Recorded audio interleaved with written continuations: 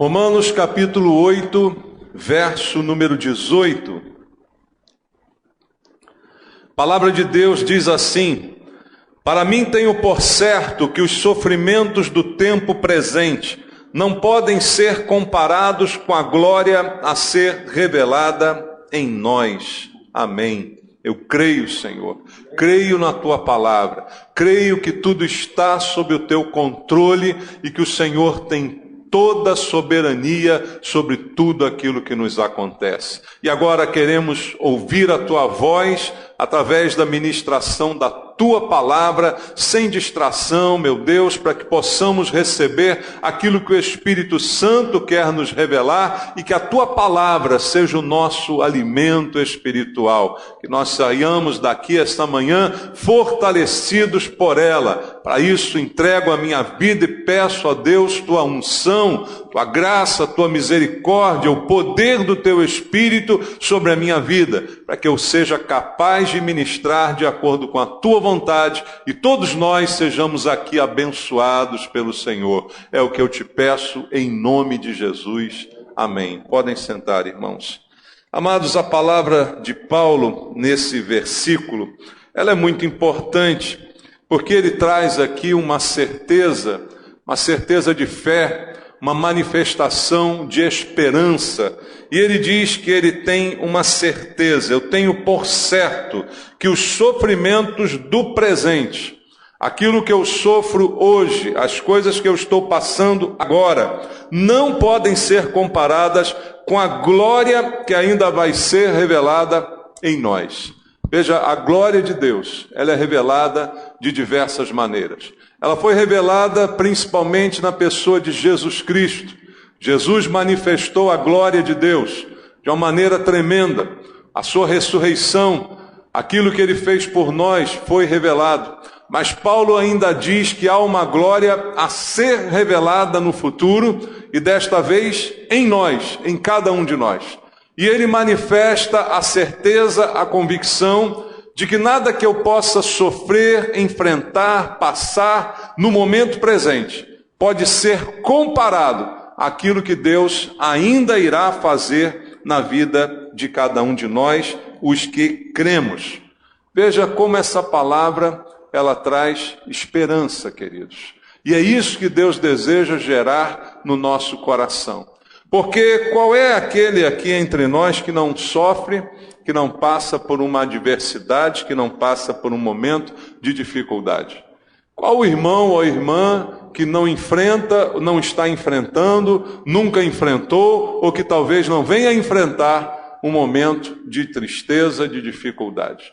Todos nós, irmãos, todos nós, e quanto mais o tempo passa, a expectativa que a gente percebe, o clima que a gente sente, de que as coisas tendem a piorar, de que mais males virão sobre a humanidade, são os sinais da vinda do Senhor. Então isso é algo que pode acontecer com qualquer um de nós.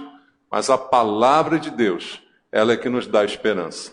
Ela é que gera fé no nosso coração. Como diz a Bíblia, uma certeza daquilo que eu espero, uma convicção de coisas que ainda não estão diante dos meus olhos, mas que eu descanso nelas, porque eu tenho certeza de que elas acontecerão. Então, é um momento de nós termos esperança, irmãos. É um momento de nós termos convicção no nosso coração. E a nossa esperança não está nos homens. A nossa esperança não está no sistema mundial, não está na política, não está nos governos. A nossa esperança deve estar em Deus. E a certeza que Paulo quer passar para nós é esta, de que não importa aquilo que eu estou sofrendo hoje, eu preciso olhar para frente e saber que há algo me esperando que vai manifestar a glória de Deus na minha vida e que não dá para ser comparado com nenhum tipo de sofrimento atual. Paulo, nesse mesmo capítulo, faz uma afirmação no verso 37, que todos nós conhecemos. Ele diz: em todas estas coisas, porém, somos mais que vencedores por meio daquele que nos amou. Ele fala de uma série de coisas que a gente pode passar, enfrentar, dificuldades e tal, mas ele diz, é nessas coisas mesmo que nós temos que ter a certeza e a convicção de que nós somos um povo mais do que vencedor. Mais do que vencedor, porque mesmo quando até temos aparentes derrotas, sofrimentos, perdas, nós temos uma vitória final que é nossa. Cada um de nós aqui já venceu a morte. A morte já não tem domínio sobre nós, como diz a Bíblia. Cada um de nós aqui tem a vida eterna, não é o que promete a palavra de Deus? Quem crê em Jesus tem a vida eterna. A Bíblia não diz que vai ter, mas diz que tem. Então nós já desfrutamos disso hoje, agora, aqui, nesse momento. Já desfrutamos de uma posição diferente. Então, por isso que a Bíblia diz, em Cristo somos mais do que vencedores.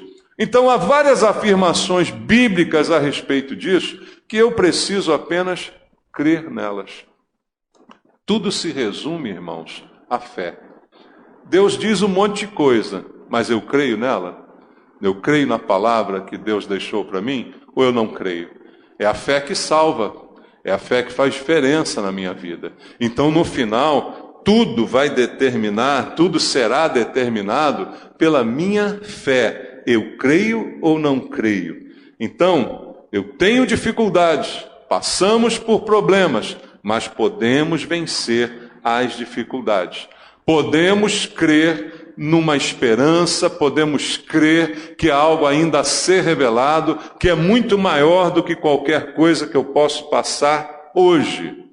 Mas a pergunta que eu deixo para cada irmão responder para si mesmo: você crê nisso? Você confia nisso? Crês tu nisto? Como disse Jesus às irmãs Marta e Maria, você crê que quem crê em mim tem a vida eterna? Você crê na minha palavra? Você acredita? Aquela definição de fé, ela encaixa na sua vida? Você tem certeza daquilo que você espera e convicção das coisas que você não vê? Ou você precisa ver para crer? Ou você tem dúvidas quanto ao futuro? Essa é a posição. Essa é a diferença que há entre um e outro aqui. Algum crê e confia e tem certeza. O outro não crê, tem dúvidas e espera ver alguma coisa para então acreditar. A gente se divide dessa forma nessa humanidade, irmãos. Mas Deus está aqui chamando aqueles que creem.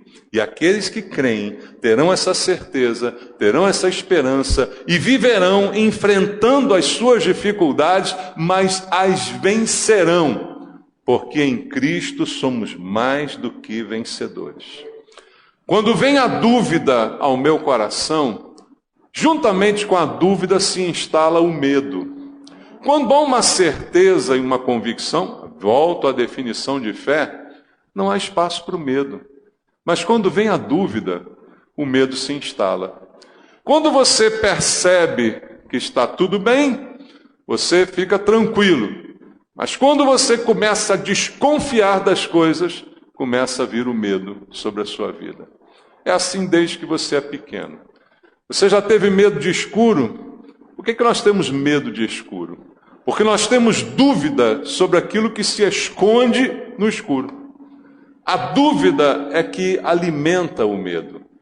Mas a Bíblia diz que o amor de Deus, ou melhor, o perfeito amor de Deus, lança fora todo medo. Então ele tira a dúvida do meu coração. Ele me faz crer que há um Deus no céu que me ama, a ponto de dar seu Filho para me salvar e perdoar os inúmeros pecados que eu tenho cometido. Então eu creio nesse amor, e esse amor me dá uma certeza e uma convicção de que não há razão para ter medo de escuro, de que não há razão para ter medo de nada, porque eu tenho uma convicção na nossa vida. Alguns homens de Deus experimentaram vitórias na sua vida por causa da sua fé, por causa da sua perseverança. E aí a consequência, irmãos, é vitória. A consequência pode ser uma vida cheia de problemas, cheia de percalços, mas no final, a vitória. A vitória vem no final. Ninguém cante vitória antes da hora e ninguém cante derrota antes da hora, porque o resultado está por vir. Mas aquele que crê, ele confia no futuro, ele confia no resultado e ele sabe que vai vencer o medo com certeza em relação ao seu futuro. E o que eu queria que você entendesse, eu vou trazer alguns exemplos bíblicos aqui para nós essa manhã, é para que isto alimente a nossa fé. A Bíblia diz: a fé vem pelo ouvir da pregação, e a pregação pela palavra de Cristo. Então que a palavra gere fé no nosso coração. Fé que nos fará vencer. Fé que nos dará hoje, aqui e agora, paz, tranquilidade, ausência de medo. O mundo está desabando ao meu redor, mas eu estou seguro. É como diz a Bíblia: cai 1.000 à minha direita, 10.000 à minha esquerda, eu não sou atingido, eu não sou abalado, porque eu confio naquele que me salvou e naquele que me ama. O apóstolo Paulo, autor dessas palavras que nós ouvimos aqui nesta introdução, ele é um exemplo vivo de alguém que viveu cada uma dessas experiências e venceu. A vida de Paulo foi uma vida fácil, irmãos? De forma nenhuma. Não faltavam motivos para dor, para sofrimento, para preocupações, para tudo. Mas como ele diz aqui no versículo 18, voltando a ele, eu repito: porque para mim tenho por certo que os sofrimentos do tempo presente. Então ele está falando que ele mesmo estava sofrendo no presente. Mas eu tenho uma certeza: os sofrimentos do tempo presente não podem ser comparados com a glória a ser revelada em nós. Então eu tenho uma certeza: eu sofro no presente, eu passo situações adversas no presente, mas eu tenho uma certeza no futuro, que é uma fé inabalável, que é uma esperança de glória e de que vai me trazer hoje uma vida de paz. Quem tem fé, irmãos, não olha as circunstâncias imediatas. Quem tem fé, olha lá na frente. A convicção de fatos que não se veem. Por que eu não vejo? Porque não está ao alcance da minha vista. Existem coisas que estão muito longe e que a nossa vista não consegue ver. Estou dizendo alguma novidade? Você olha para paisagens, você não consegue enxergar tudo, porque tem coisas que estão fora do alcance da sua vista. A gente consegue enxergar coisas mais próximas, mas a convicção de que há fatos que eu não vejo, mas que são reais, e eles vão se cumprir.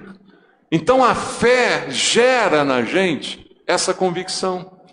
Não de coisas que estão visíveis e aparentes, mas de coisas que não estão ocultas, porque estão longe ainda.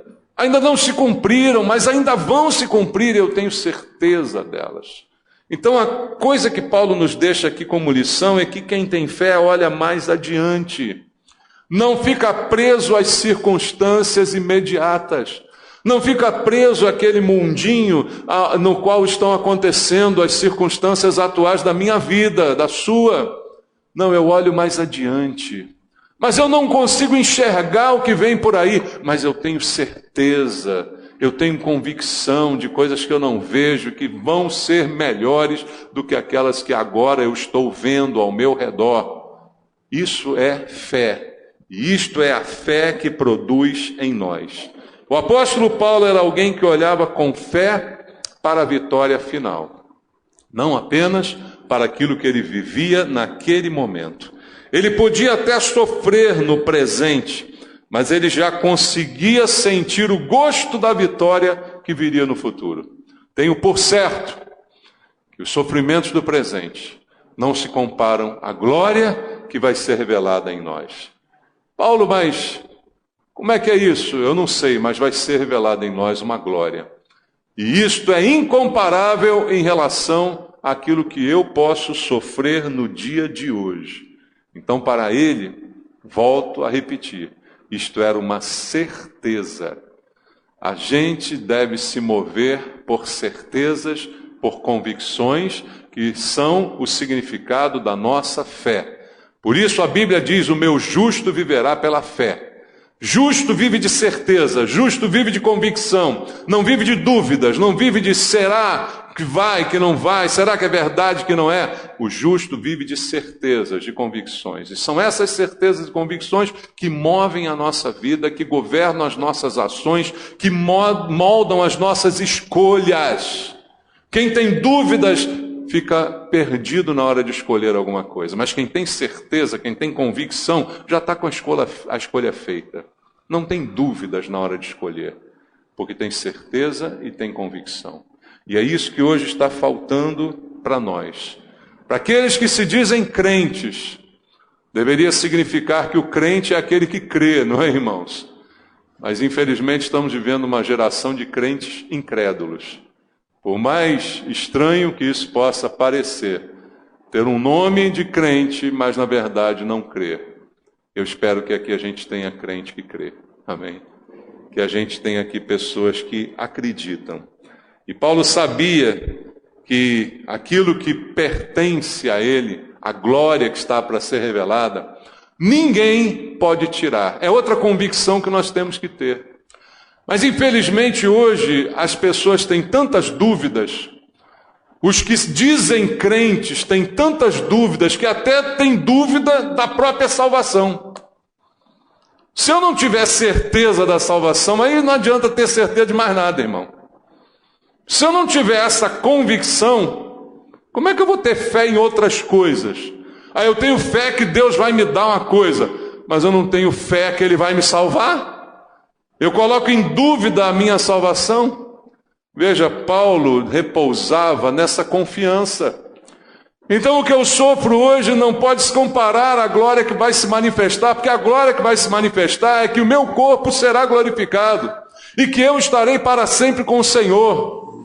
Eu desfrutarei da sua presença.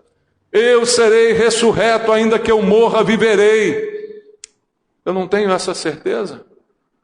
Quem não tem essa certeza, então não pode ter certeza de nada.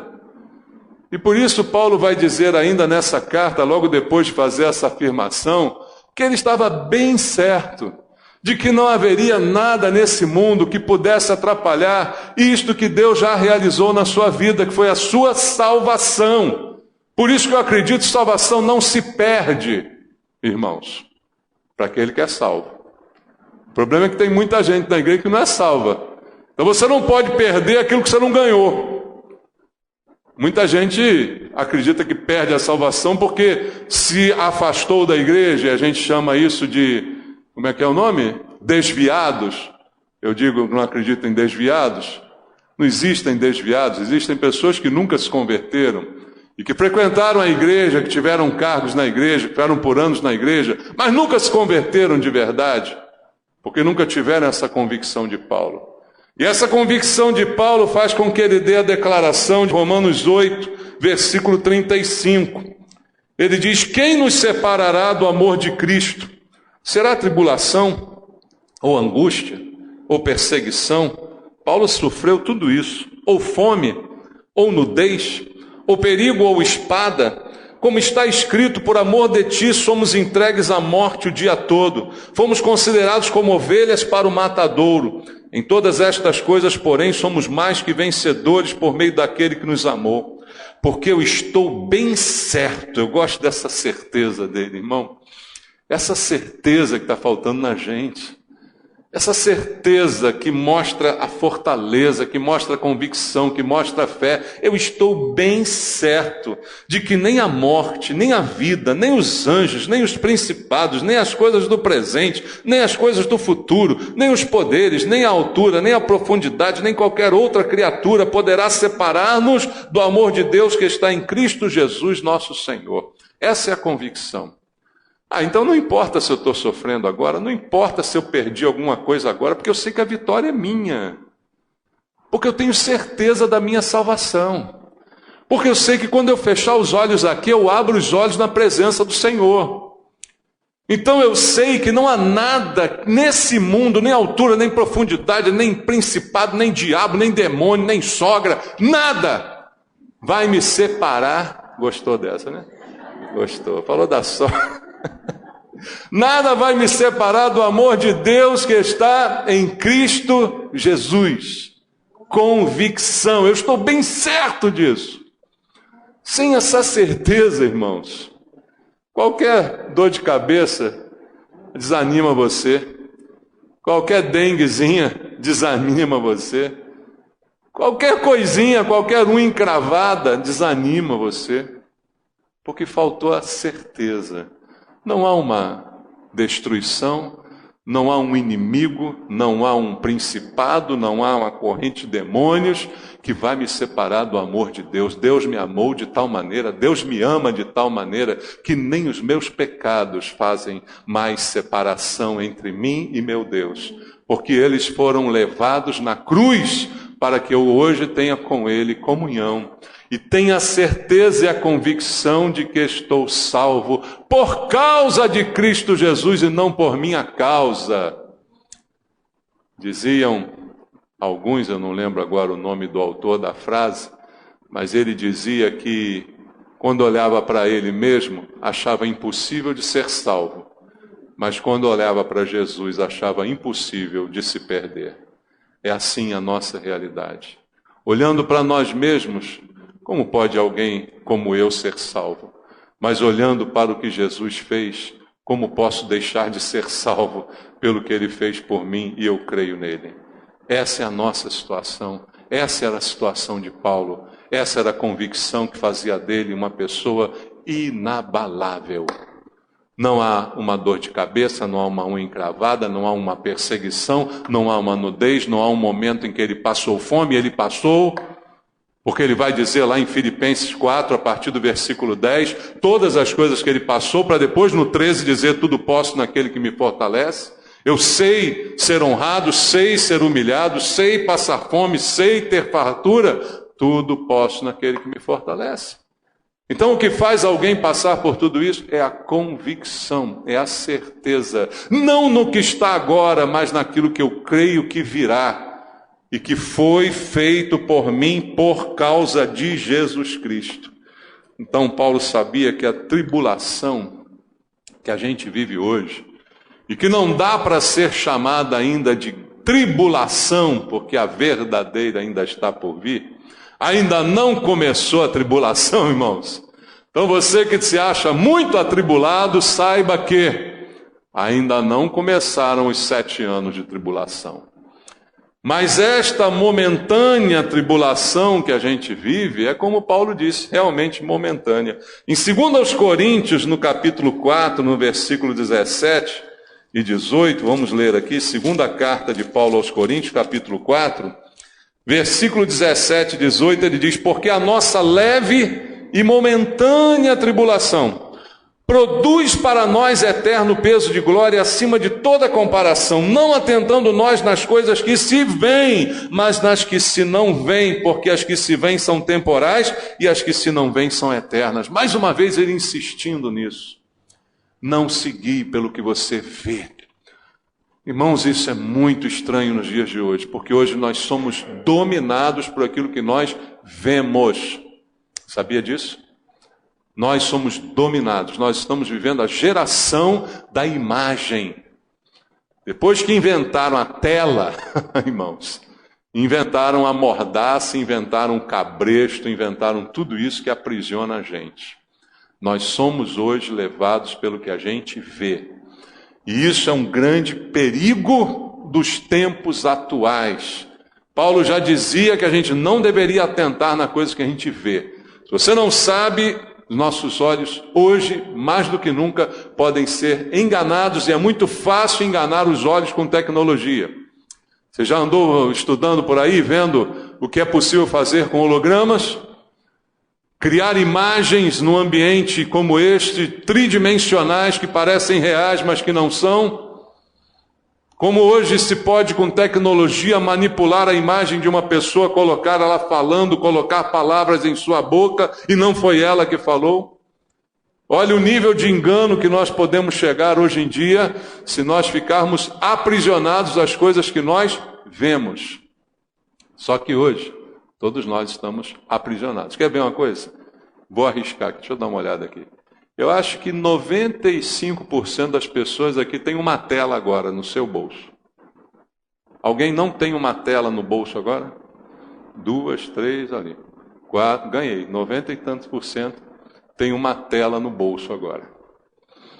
Essa tela está aí no seu bolso. E essa tela muitas vezes domina você. Essa tela domina as nossas crianças. Meus netinhos têm uma tela. Imagina quem deu para eles? Eu. Vovô.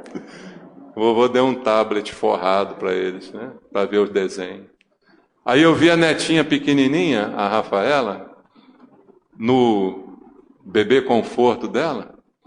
A mãe, infeliz, pendurou um celular no bebê conforto dela. Falei, que é isso? Não, porque aí distrai ela. É isso aí que está acontecendo hoje. Então nós estamos cada vez mais dominados pelo que nós vemos. Mas a nossa fé não é no que a gente vê. Paulo aqui insiste mais uma vez, a tribulação de hoje é leve, é momentânea, não se compara ao que virá por aí, irmãos. Não se compara, e é por isso que eu creio no pré-tribulacionismo. Ou seja, a igreja será arrebatada antes da tribulação. Por quê? Uma das razões é que a Bíblia coloca a tribulação como um derramar da ira de Deus sobre a terra. E há várias promessas bíblicas que dizem que os salvos são poupados da ira. Então não tem sentido, para mim, no meu entendimento, um salvo estar na terra quando a ira for derramada indistintamente sobre toda a terra. Então veja, o que vai acontecer é muito pior do que qualquer dor que você tenha sentido hoje, da morte de um parente, de uma perda de um emprego, de um problema de saúde, de qualquer coisa. Isso é fichinha. É uma leve e momentânea tribulação. Ela não se compara com aquilo que há de vir, com a glória. Paulo mesmo dizendo aos Tessalonicenses, diz que quando Jesus vier e a igreja for arrebatada para o encontro com ele nos ares, nós seremos transformados. Receberemos todos um corpo glorificado, corpo que não terá mais doença, que não terá mais dor, que será completamente transformado. E Paulo acreditava nisso, queridos, e é por isso que ele diz, essa tribulação é momentânea. Ora, se ela é momentânea, eu não posso permitir que ela tire a minha visão das coisas espirituais. O que acontece hoje é que o sofrimento de alguns hoje faz com que eles descreiam, percam a esperança, tirem os olhos do futuro e coloquem apenas os olhos do que está acontecendo agora. Se nós olharmos só para o agora, não podemos nos chamar de crentes. Não podemos nos chamar de justos que vivem pela fé, porque a fé olha para frente. A fé olha para o que ninguém vê, a fé olha para aquilo que está lá adiante, que ainda não é perceptível no meu campo de visão. O moço de Eliseu não conseguia ver os exércitos de Deus que estavam em redor, até que Eliseu orou e pediu que o Senhor abrisse seus olhos, para que ele pudesse ver um pouquinho. Mas ele creu porque viu. É como Tomé. Jesus também o repreendeu, dizendo, Tomé, você acreditou porque viu. Mas é bendito aquele que não viu e acreditou. Esses somos nós, irmãos. Crentes hoje são aqueles que não veem, mas acreditam. E acreditam com tanta convicção que não se abalam quando hoje acontece alguma coisa adversa na nossa vida. Um outro exemplo que eu quero compartilhar contigo, e talvez seja um dos mais notórios da Bíblia, é o exemplo de Jó. Jó ficou conhecido aí como o paciente, né? Todo mundo diz, a paciência de Jó. E Jó venceu. Quando que ele venceu? Ele venceu no final da história. No final, ele venceu. Mas e o durante? E o início? E o decorrer da história? O decorrer foi duro, irmãos. Jó sofreu como pouca gente sofreu nessa vida. Ele enfrentou o que pouca gente enfrentou. Fazendo um resumo, ele perdeu 7 filhos e 3 filhas no mesmo dia. E hoje a gente às vezes perde um parente, perde um amigo, perde um irmão, perde uma mãe, perde um pai, E aí daqui a pouco, cadê o irmão? Ah, estou decepcionado com Deus, porque levou, porque não... Espera aí, gente. O que está acontecendo? Cadê os crentes? Cadê a fé? Não estou dizendo que a gente não tem que chorar. Não estou dizendo que a gente não tem que lamentar. Mas espera aí. Descrer, duvidar, porque alguém morreu. Jó, no mesmo dia, foram 7 mais 3, 10. 10 filhos foram embora. Jó perdeu 7.000 ovelhas, queimadas por um fogo que caiu do céu. Comeu, lambeu.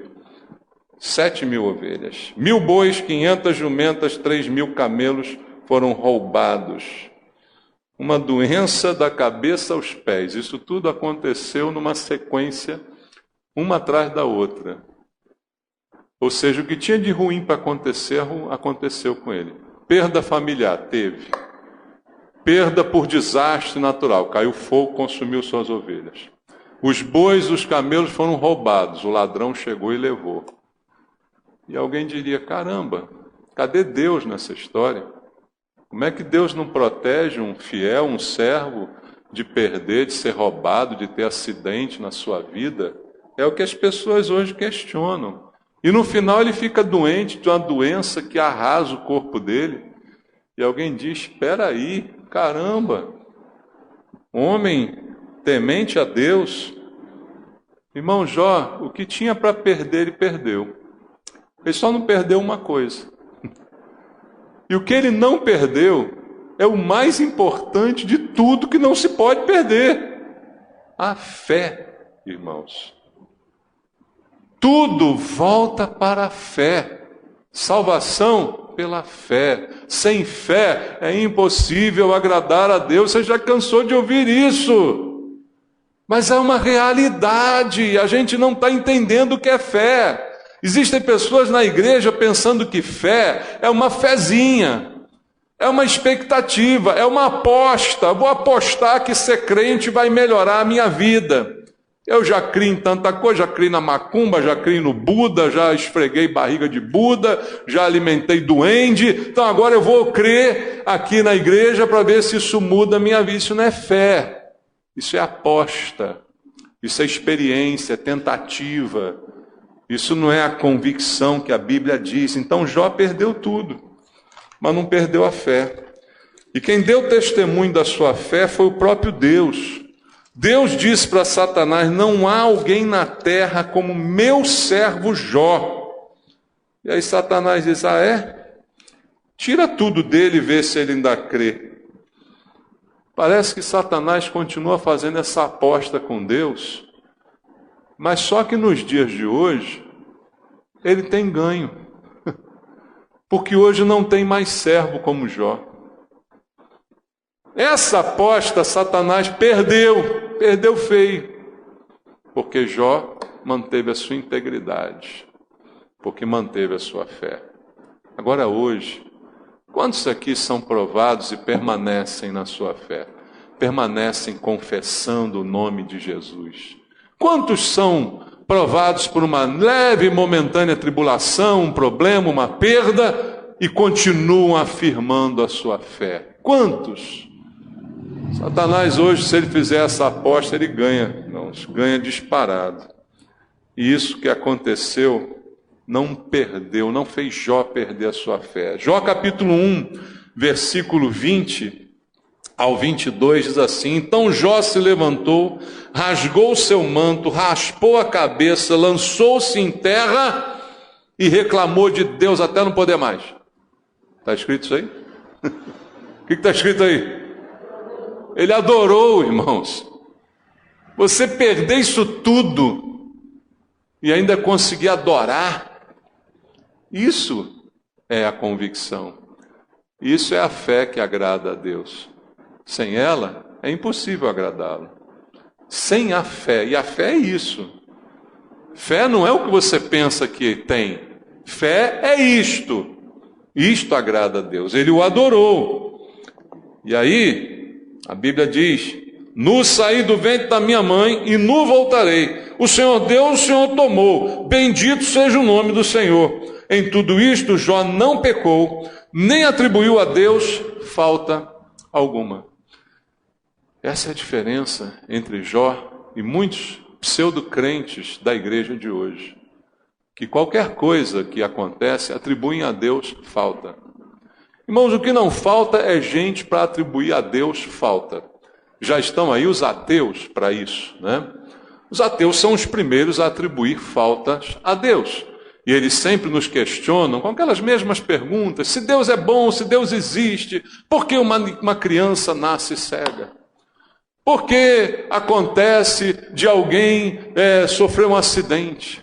Por que alguém é humilhado? Por que alguém é estrangulado? Por que alguém é esquartejado? Por que alguém é estuprado? Se Deus existe, aonde está Deus quando essas coisas estão acontecendo? Aí já chegam os ateus para falar isso. A culpa é de Deus. Deus é culpado por todo o mal que Ele permite que aconteça com qualquer pessoa, em qualquer ponto da humanidade. Atribuir culpa a Deus. Jó podia culpar a Deus. Ele podia dizer: Senhor, eu te sirvo esse tempo todo, o Senhor deixa meus 10 filhos ir embora? O Senhor deixa cair um raio do céu, um fogo, e queimar as minhas ovelhas todas? Você deixa um ladrão vir aqui roubar todo o resto dos meus animais? E o Senhor deixa uma doença pegar em mim e eu ficar nesse estado? Isso é atribuir culpa a Deus, mas a Bíblia diz que Ele não atribuiu nenhuma culpa a Deus, porque Ele não enfrentou a pior das doenças. Irmãos, eu posso dizer que a pior das doenças é o desespero. Desesperado é aquele que não tem esperança. A fé é a certeza das coisas que se esperam. Então eu nunca posso ficar desesperado. Você pode ficar triste, você pode ficar abatido, pode ficar até angustiado, mas desesperado, não. Eu acho que a pior doença é o desespero. A pior doença é o desespero. E Jó não ficou desesperado. Não, isso ele não ficou. Por quê? Jó 19, 25. Olha o que está escrito aqui, Jó 19, 25. Porque eu sei que o meu Redentor vive e por fim se levantará sobre a terra. Jó já falava de um Redentor que se levantava. Jó já via Jesus na cruz. Jó já via um resgate de Deus para uma humanidade caída. Eu sei que há um Redentor que no final dessa história vai se levantar.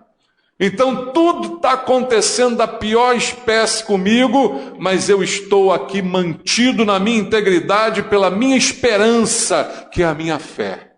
Tudo mais me foi tirado, mas não tiraram a minha fé. Essa é a essência, irmãos. Crente que se chama crente tem que ter fé. E essa fé não pode morrer jamais. Tudo pode passar, tudo pode morrer, mas não a minha fé. Porque se ela morrer, eu não sou crente. Eu nunca fui. E aí a gente encontra os pseudos desviados, que não existem no meu entendimento. Existem na prática, mas não no seu significado. Porque desviado dá a impressão que alguém era cristão e deixou de ser. Era salvo e deixou de ser. Não, ela nunca foi salva. Ela nunca teve um encontro genuíno com Jesus. A fé nunca foi gerada no seu coração. Porque quando ela é gerada, ela fica, ela permanece, ela é mantida. A isso chamamos de perseverança dos santos. E isso acontece. Veja, Jó sabia que tinha um Redentor. Versículo 26, logo depois, diz: depois revestido este meu corpo da minha pele, em minha carne verei a Deus. A esperança que ele tinha de que ele ainda veria a Deus, mesmo não vendo mais seus filhos, seus animais, sua riqueza, sua saúde, a esperança: eu ainda vou ver Deus. O meu Redentor ainda vive.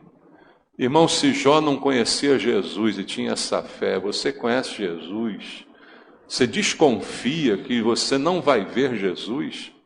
Você desconfia que você no final não vai ter um encontro com Ele, que você vai vê-lo, que você estará com Ele, que Ele vive, você desconfia que Ele vive? A gente cantou aqui, porque Ele vive. Não cantamos essa música? Posso crer no amanhã. É muito bonito cantado, mas tem que ser vivido. Porque Ele vive, eu sei que o meu Redentor vive, eu posso crer que amanhã vou encontrar com Ele. Convicção, não só música, mas convicção no nosso coração. E quem mais do que Jó pode ter essa convicção? Os crentes de hoje, irmãos. Jó não conheceu Jesus, você conhece.